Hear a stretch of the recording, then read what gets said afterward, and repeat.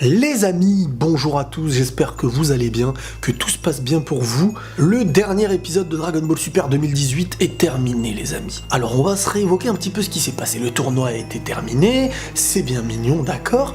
Freezer reste en suspens, le mystère autour de Freezer est toujours présent. Que veut-il? Quels seront les futurs plans et les futures bêtises de notre petit Freezer démoniaque, j'ai envie de vous dire. Comme lui-même l'a annoncé à la fin du tournoi, je vais continuer à être malfaisant, faire mes bêtises, bref, c'est pas parce que vous me ressuscitez que, voilà, je ne vous dois rien quelque part. Et donc, on va parler maintenant de cette scène finale et de cette théorie que j'ai, ce n'est qu'une théorie, mais beaucoup de détails en fin de compte nous poussent à croire et nous laissent à penser certaines petites choses. Déjà, psychologiquement, quand on nous fait passer un message, c'est qu'il y a une raison. Voir Freezer de retour en tant qu'empereur, comme lui-même le dit, avec son vaisseau et énormément de soldats autour, vous me direz qu'il s'est passé quelque chose. Mais ce qui me choque le plus, c'est pas réellement ça. On aurait pu avoir une image d'un Freezer sur son vaisseau dans l'espace et tout ça. Sauf que là, on le voit au-dessus d'une planète. La dernière fois qu'on a vu ce genre d'image, avec ce genre de coloris, qui ressemblait un petit peu, c'était ça. Regardez, rappelez-vous, à l'époque, ça date, oui, ça date, Bébert, tais-toi. Ça vous rappelle rien, cette couleur ? Sincèrement.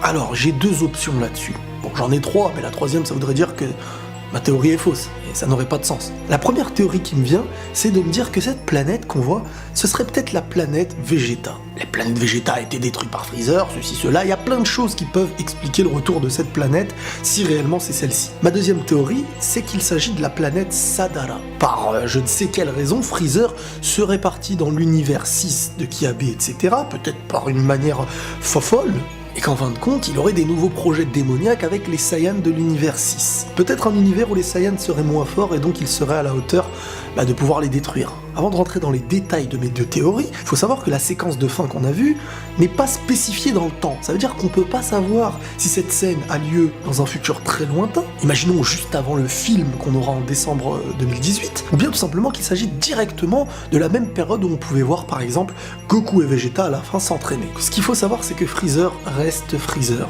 Il a des plans, le mec. Je vais pas rentrer dans la théorie du temps parce que je vous ai assez saoulé avec plein de théories liées au voyage dans le temps, etc. Mais pour être lié à la première théorie qui expliquerait que cette planète qu'on voit, c'est la planète Vegeta, au vu de sa couleur, du fait qu'on veut nous la montrer, et du symbole qu'il soit au-dessus de cette planète avec des objectifs peut-être destructeurs, ça nous lancerait vers le film en fin de compte. Ça nous lancerait vers le film et les dangers du film, dont Freezer, à mes yeux, serait peut-être le précurseur du futur danger qui va naître. Freezer ne serait pas le méchant du film, bien entendu, mais à cause de Freezer, on aurait le méchant du film. Cette planète n'est pas montrée au hasard. À mes yeux, ça ne ressemble vraiment pas à la planète Terre. Du peu qu'on peut voir, ça ressemble vraiment soit à la planète Sadara, soit à la planète Vegeta. En voir le vaisseau au-dessus et Freezer fier qui s'annonce en tant que nouvel empereur de retour, ça aurait beaucoup de sens. On se rappelle dans les explications de Toriyama que le film sera un petit peu centré sur les Saiyans de l'époque, de la relation de Freezer avec les Saiyans, et on évoque encore une fois Freezer, n'oublions pas. Qui dit Saiyan, qui dit époque, dit planète des Saiyans. La planète Vegeta peut avoir un lien avec tout ça. Est-ce que C-17, en voulant faire réapparaître tous les univers détruits, a-t-il fait en sorte, ou bien Zeno de sa propre volonté, vu que c'était l'objectif de faire renaître les univers à la base, n'ont-ils pas fait en sorte que tous les univers redeviennent ce qu'ils étaient, afin désormais de repurifier tout ça et que chaque univers, Akaishin, Kaioshin et les êtres vivants puissent à nouveau, après avoir été avertis, de pouvoir obtenir une nouvelle note bien au-delà de celle qu'ils avaient avant le tournoi. Le tournoi du pouvoir aurait eu donc encore un nouvel impact et une nouvelle compréhension. Je suis désolé, mais le symbole de voir le vaisseau de Freezer au-dessus d'une planète avec une couleur rosée, ça ne m'évoque que la planète Vegeta ou à la rigueur la planète Sadara. Les deux composés de Saiyans à la base. Freezer détestant les Saiyans, Freezer au-dessus de la planète.